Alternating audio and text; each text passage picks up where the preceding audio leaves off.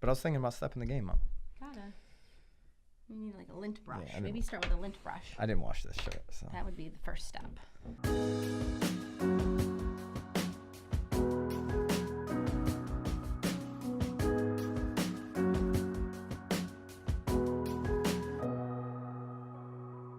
This is Byron Lazine and Nicole White, and you are tuned into episode 30 of The Real Word. Wow. You know, my daughter does that all the time. She goes, wow. She just learned how to do that. I don't blame her. There's some things that are just worth a little wow. We hit 30. This main topic is going to wow you. I feel like it's, yeah. Nicole, you get so like... I love it. It's like you can't talk about the same thing more than once. No, go ahead. I love talking about the same things over and over again. This is new news, right? This is like a new wrinkle to the story. A new wrinkle. A new wrinkle. It's a new racket to the... Opendoor raises $325 million in the Series E round. The iBuyer announces plans to reach 50 markets, 50 by That's potentially 2020. one per state. It could be. It could be. It won't be, but... No, it won't be. Because I guarantee you they want nothing to do with the Connecticut market. Oh, you like just pushing them out of here? Nah, Opendoor. You don't need to come to CT. Dude, $325 million is a lot of dough. Yeah, why do you people think... are believing in it. People are clearly believing in it. They're seeing value. They're thinking it's going somewhere. They've obviously been listening to Byron Lazine's podcast every week, pushing this. I'm not pushing Opendoor, by the way. No, you're not. But I think that you're obviously opening up people's eyes. I'm 100% ready for the future of like what's coming. I can't wait for the future. Right now they're in 10 markets: Atlanta, Charlotte, Dallas, Vegas, Orlando, Nashville, Phoenix, North Carolina, I think we should San go. Antonio, and Tampa. I think we should go there. I think we should go in there. Hop in those. Which one do you want to go to? I don't know. I don't know. Someplace where it's just like, maybe it's like Atlanta, Tampa, Vegas. I've never been to Vegas. Dallas. We've done Phoenix Orlando. already. You do Orlando. Well, I'll be in Orlando later this year, so I'll pop in on an Opendoor. What are you doing in Orlando? Like Disney World? We're going to do a Disney day. Fun. You love fun. You're doing Disney? And since Disney's not fun, it's right up my alley. Wow. So let's do it. I'd love to just be, again, I think we've talked about this before because our market is so different from these city markets. I'd love to just like hop down there and hang out for a couple days and see what Opendoor is really doing and like how it works. Maybe you and I can go like on a little Opendoor tour. Oh, we could do like an Instagram story Opendoor tour. Absolutely. That would be freaking kick-ass. Dude, I would 100% see how easy it is when it's doing. I'd actually love to see what kind of condition they're in. Like who's like, because I mean, homes get dirty as people are like coming in and out. Like I just would love I would to like see to see if they're staying clean, if they're in a good condition to start. Obviously, they're listing a lot of homes. What caught me in Do we know how many homes they have currently listed? Was that in the article? Yeah, I have a phone call coming in, but we'll just I'll decline tell you him. in a second. He can wait. Yeah, I'll decline. He'll write a song about it or something. Look at this, another call. Jesus. But what caught me on this is that they're now going to get into title and to lending services. Well, they have to get into title because there's so many states that do, in Connecticut, we don't do title searches. We have attorneys for all of that. But like in Florida, like they're in Orlando, like they have to be doing title. They're purchasing $2.5 billion in homes each year, up 225% year over year. The company also said that 20,000 buyers and sellers have transacted with Opendoor. I do not know. And mortgage, how many in all listings honesty, they have is today. where all the money is. Right. That's where all the money is. Like any real estate company that then starts a mortgage company, their mortgage company is 100% supporting the real estate end. And these guys own the home, so their return on that side is going to be a little bit better than your typical brokerage. And then they can just reinvest it back into purchasing. I mean, it's the right move. I mean, again, anybody that's in real estate, I mean, that's where your money's at. They've now raised $645 million and $1.5 billion in debt financing. The valuation north of $2 billion. Wow. So that puts them basically at the same valuation or very close to Realogy, right? Which Realogy is not buying anything. You see Berkshire Hathaway buying up a bunch of people this year. This is right about the same value as Berkshire Hathaway Home Services. Yeah. That's pretty ridiculous. Yeah. Interesting. Because, do they even have, I wonder how much they've even done in sales. Like, holy. You know, like, because their Regardless, value obviously is just based on what their I'm gonna- investors are investing. But I'm like, going what to if keep they? saying it till I'm blue in the I face, kind though. of want to like, know where like that money's going. Like, what's their marketing plan? Like, I kind where of the want money's going. It's going into the houses. So I'm going to keep saying it till I'm blue in the face. blue. Oh, look, it'll match your blue Yeah. Saratoga. Don't shut a label. No. No. Don't Why? shut- Is that Because against the I law? don't know if we can get in trouble for that. Maybe they'll throw you some more. I'm going to keep saying until I'm blue in the face. You've got to pay attention to this. This is going to change how you as an agent out there have to show your homes.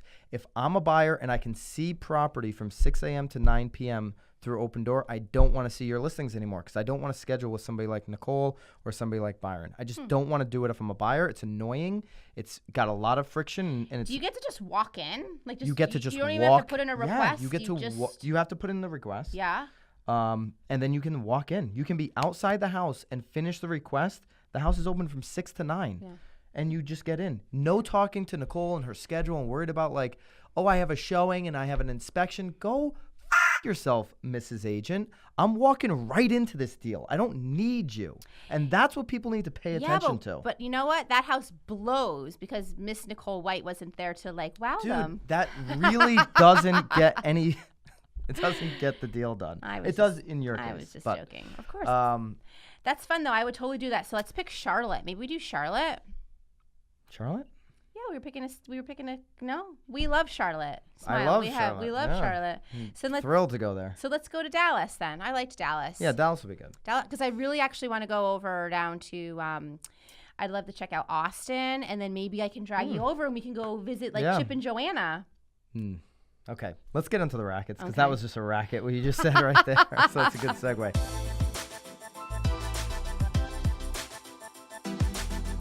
All right, racket number 1. Agent fined nearly $3,000 for excessive open house signage. Is this a racket or what? I love it. I think it's awesome. You think it's not a racket? I think Tell it me is why. a racket. I don't know. Well, we were sort of arguing about it before because Byron loves newspaper ad, but he's. Yeah. I think it's equivalent to that. I really do. I think that putting out signs is a kind of equivalent to that. I think with 18 signs. So again, I do see both sides of it because obviously my job is to, right? Our job is always to get as many bodies into our sellers' homes as possible. Agents, buyers, lenders, neighbors. Like I love neighbors. So I do get the idea of it that the signs could potentially bring in more people. But I guess in this situation, I don't know that it's like, is it like a waste? Are we like, are you paying attention? Yeah, What are you I'm doing paying over full there? attention. Okay. More open house signs only increases the chances as you, the agent, of putting your brand out there in front of your But local to get fined geographic town. $3,000 for putting out signs. Well, Woo! granted, if this Dude, that individual, open house was not worth it. and we're gonna link up the article. Where was that from? That Realtor. was from Realtor.com. Yeah. You know, if that agent knew that, okay, if I put out this many signs, and he only put out, or she only put out 18 open house signs, which, $250 per sign. so basically the rule was you can't do open house signs in this town. I don't know the answer to that question, but it does break down what they were charging per sign. I don't know how many signs. I guess if we did the math, it really wouldn't be 18 because that would bring you They more. dropped the total fine to $500 after you push back. But 250, I mean, so he probably could only have 10 because you figure it's about $3,000. So he was probably able to have 9 because it sounds like he was maybe being charged for maybe 12 if I do the math really quickly in my head. He never had a warning, so that's why the town, and this was in Huntington Beach. Right. You know, so Huntington Beach, similar to that article we found for here locally in Connecticut, Connecticut town bans for sale signs. For sale in signs. front Now of we're getting homes. rid of the for sale signs. But Huntington Beach and New Canaan, Connecticut are very similar in their bougie ways. Bougie. That, you we know, love they're you, just- New Canaan. Of course we do. I love my Love bougie you. peeps. Are you kidding me? Yeah. Like, I have a buyer from New Canaan right now. Of course, buying in 100%. our shoreline town. But the deal is these types of towns Yep. don't want to see for sale signs. They don't want to see open house signs. It's like if you go to a private community, you know, many of which that we know, some of them don't allow for sale signs. So and in some of these instances, I kind of agree. I think that there's many times too where, especially if you're in like a neighborhood where it's like turning over, I guess the big concern too is you drive down this road and you see like 5, right? Like you pass 5 for sale signs on the road, and being a listing agent of one of those 5 too. I mean, buyers are probably like, hey, like realtor, like why are there 5 homes for sale on this road? Is there something going on this road that we're not aware of? And that's what it talks about here, right? It says there's people fleeing high tax areas like Connecticut, and they're going to different parts of the country. It's actually an interesting idea. Get rid of the for sale signs so people don't realize like who's selling. Because when you're on Zillow, it's very tough at times to figure out exactly how many people are for sale in comparison to, the rest of the inventory or competing towns. Right. But when you're literally physically on the street and there's 5, I mean, I'm thinking of Hammock Road right now in Clinton. Right. It's a local street in our market. It's a dead-end street that goes down to the water. There are literally 6 or 7 for sale signs every single year since Sandy on this road. There are 6 or 7 for sale signs right now on the road. And then sellers are like, how come my house isn't selling? Because everybody on your road wants out at the same time. Right. That becomes a problem for buyers, and uncertainty. Right. And then especially with buyers going in there, why is everybody selling? Like, why is everybody fleeing? What does that then do to my value? Absolutely. So in that instance, I guess I agree. Obviously, selfishly, we would love to be able to keep for sale signs up because it obviously is more brand awareness.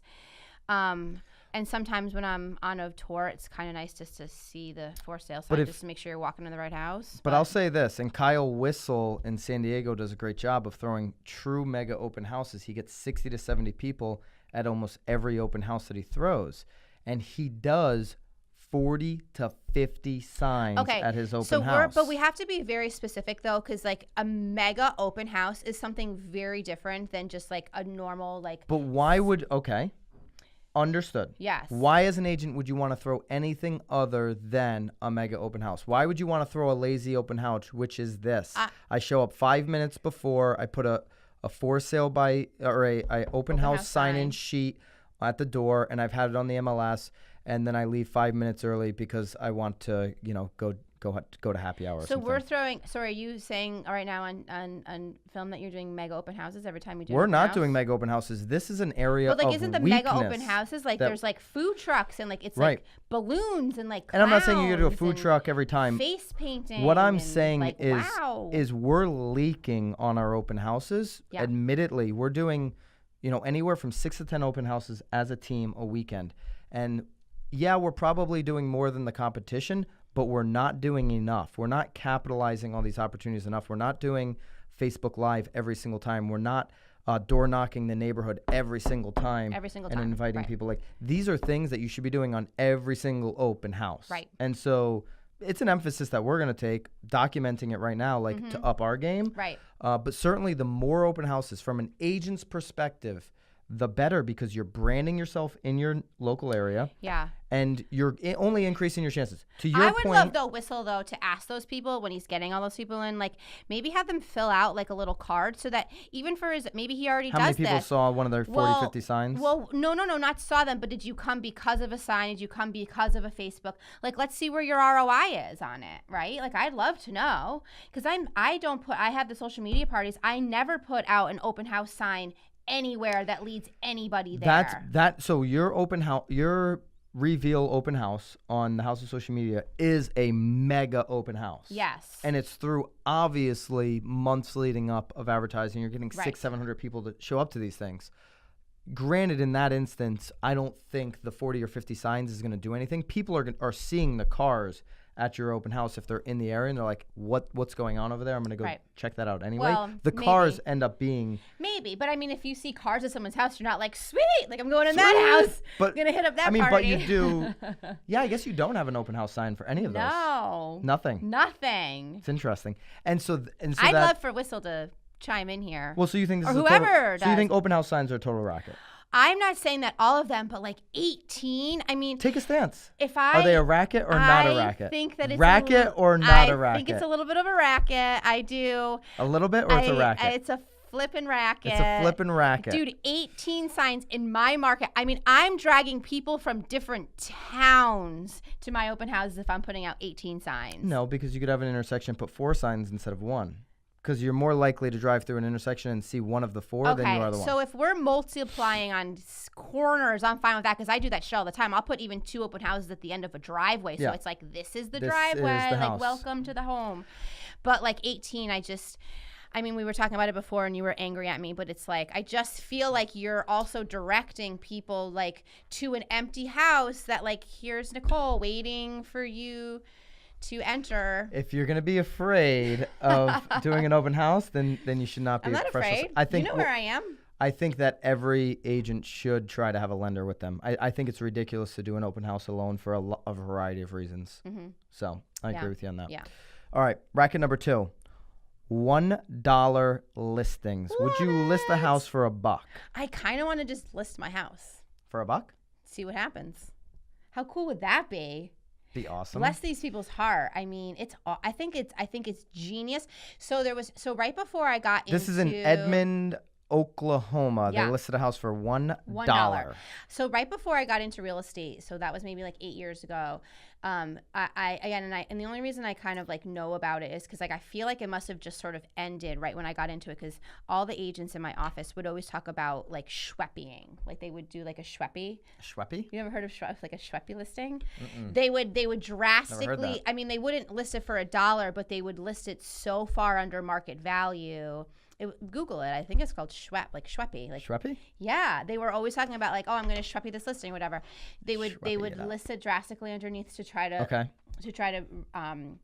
bring. I mean, they wouldn't go to $1. Every listing I take, I talk about, hey, you can list over, you can list at market value, you can list below market value. No, obviously this 3 was things are going to happen. But like a schweppy is like you're really going for it. You're doing it like going for a schwepper. Yeah, we'll have to Google it. It's kind of a fun word. I think you definitely made that word up. I swear I didn't. All right, so I love the idea of a $1 listing. I'm going to Google schweppy right now. It's essentially like auctioning the house off, right? And you may have been familiar if you do a lot of luxury listings with like concierge auctions. They're a great company out of Austin. CEO Laura Brady, shout out to you. You're amazing. Amazing company. Love it. So essentially, and wait, shout out to their sellers though. They were able to get their sellers to actually trust them enough to. I mean, that's a battle all in itself. I mean, this listing, and you can go through. We're going to link this up. This is Realtor.com as well. This was actually sent to me by somebody in the music industry. Oh, he called you before. He's writing you a song. That's okay. And I thought it was very interesting too. I like the strategy, but this is a high-end home in Oklahoma. You can tell by the photos. This is super high-end, which means there's probably few buyers, right? If you got super luxe in a market, there's going to be a limited amount of buyers. Maybe there's a limited amount of showings, and they want to spur some type of interest. Dude, it doesn't mean you have to accept an offer. That would be a sick open house. That would create that's talk about buzz. A mega open house. How many signs do you think you need for a $1 listing? 0. You would need 0 open house signs for a $1 listing. You throw that thing on the market for $1 and then you say you can't come until the open house. Dude, you're golden. Like you're good. Home is under contract in less than a week. And listen, ultimately we all know what the price. I mean, like I love having the conversation like what's somebody's home's worth.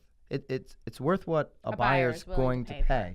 Right? And so this is a beautiful example of the marketplace playing out. Right. Like people are going to put in their offers of what they feel the home is worth. Now, you own the property. You as the seller, you don't have to accept these offers. Mm-hmm. You better know and have a strategy going in. So you better have a top negotiator. Like if you're going to do that strategy, you better be listing with a top negotiator. Right. Mm-hmm. Right? Mm-hmm. You really better understand what the strategy is going to be like as these offers. Or even like a top marketer, though, too. I mean, you can't even just throw a $1 listing on MLS. I mean, because there's going to be that agent's going to be so bombarded that there has to be almost like a team behind them that's like managing the calls, managing the leads. You need to manage the transaction. You need to manage the message. Yeah. Right? Mm-hmm. And you don't want to get this $1 listing out to.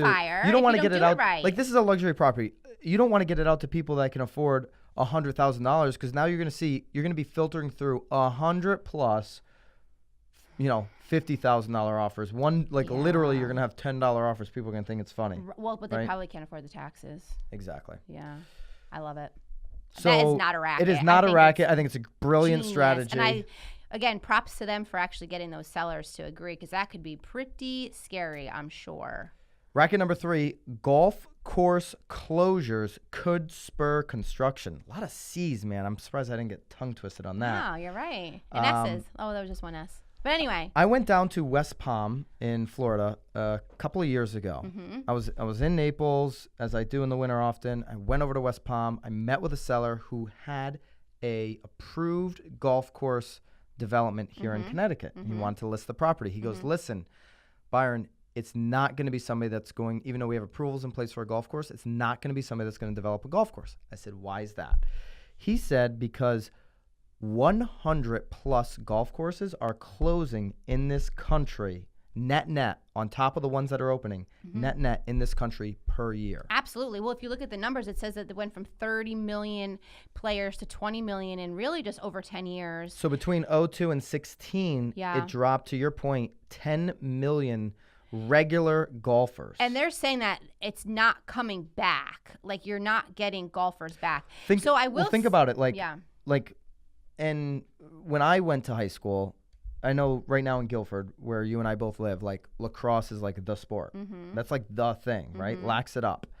When I was in high school, in my school, you didn't even hear about lacrosse, right? So like I think, and that's just one example of like how many. What's the other thing that thing pickleball? Pickleball's is huge. that a thing? Yeah, I mean, again, that's like we a got big him. deal. He's always. I mean, it's funny. He even shows videos, like, because he puts in pickleball and tennis courts, and he'll even show videos because like he'll have a pickleball court next to tennis courts, and the tennis court is completely empty. In the pickleball court, there's like people waiting. They're like hanging out. It's like a competition. Like, think about how many games you can play now, whether it's an e-sport through your phone, like physical activities, like, you know, I think what Instagram's done for hiking is incredible, like, because everybody wants to go to the top of the mountain and take a selfie. Like, there's so many ways to spend your time. Like it's just a time, like, trade-off. Like, if you don't, golf is an all-day event. All day. Especially, like, if you're doing it, like, old school with, like, the good old boys. Like, they're like, hey, Byron, come out golfing. Like, I'm like, great. Can we start at, like, 6:30 a.m. so I can be done No, we're going to start at 8:30, 9. It's funny, though, because we're going to have lunch. We're going to have 3 beers. Well, it's like, dude, this is all day, dude. I think and I think a lot of people that are good businessmen, though, too, also have multiple memberships at other golf courses in order to just hang out in the bar? No. I think they're doing it in order to, like when you're trying to, like, recruit or just, like, build bring a somebody relationship. somewhere. Right. So I think that's probably the memberships that they're seeing right now. I will say, though, that there is actually a few golf courses that I'm aware of in our state, though, too, that have actually and the towns have luckily been smart enough about staying ahead of this potential, where the towns are now buying actually the development rights. So the golf course still owns. So if someone's going to develop, they've got to come through the town. They have to. And make a deal with the town. And they've made money. Like, the town has purchased these development rights. Makes sense. So then at least the town can regulate, or at least, so it's not all of a sudden 1,000, new, because obviously that's going to affect the entire town in terms of infrastructure. Of course. Cops, schools, can they handle that? The average 18-hole golf course sits on 150 acres. And at standard densities. Wow, that was a tough word for me. Wow. That's enough space for 600 single-family detached homes. So is it a racket that it's going to spur construction or not? Do you think that these closures are going to help developers be like, that's the piece of land I've been waiting for? I do. That's ultimately what it comes down to. I do think that if golf courses become available, developers will develop them. I mean, I think it'll all come down to, like, your absorption. There's no flipping way that you can build 600 homes and actually maybe sustain that. But instead of maybe living up to the potential, maybe you scale back and do like 200 or 300. But I think it would be a great. I think I mean, it's land. Like, what developer wouldn't buy? And it's multiple acres of land. It's if typically they could build? good quality land. Right. You know what I mean? The grass is like. It's usually. Hello.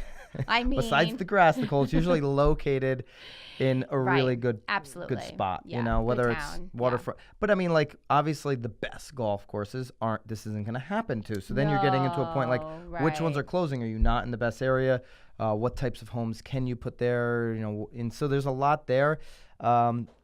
Yeah, I think it'll spur some construction, but I think it's a racket to think that this is going to create some type of boom. No, I don't think it. Yeah. I just don't. I mean, gosh. There's only so much you can keep, like, building, and then, like, where the people. And I think what it does speak to is where our attention spans have shortened, right? Like, golf is shrinking because of our attention span. Same thing with, like, baseball. Like, if, like, talk to me in 10 years. Tell me where baseball is in 10 years. Yeah. Well, I mean, and I think you're right, because people that play baseball are now playing lacrosse. Same season. They're all 100%. moving over for shizzle. All right, so that's a racket. Such a racket. Hey, by the way, Yes? actually, if you don't know, because it just happened, on Instagram, go and check out the Rackets. handle, The Rackets. We're It's got there. a the, right? It's called the Rackets. It's called The Rackets. With Byron and Nicole. You can follow along every single racket on Instagram. We'll always have our latest episode linked up in the bio. So check that out. Follow us along and drop us a comment if you did that. Yeah. All right. Whatever. I mean, I want to know all of it. Open No, house signs, everything. for sale signs. Nicole What are wants you to know doing? everything. Tell us about your life story. What I you're doing want for to the know week. about it. I want to know what's working. All right. Right? Check us out next week on The ya. Real Word. Thank you.